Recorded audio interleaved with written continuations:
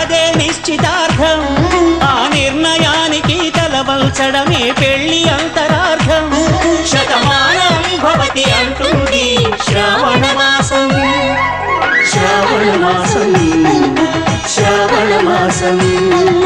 తెలుగువారి పెళ్లి వైకుంఠమి మళ్ళీ, సంప్రదాయమే సౌందర్యంగా సాగుతున్న పెళ్లి, ఇది తెలుగువారి పెళ్లి.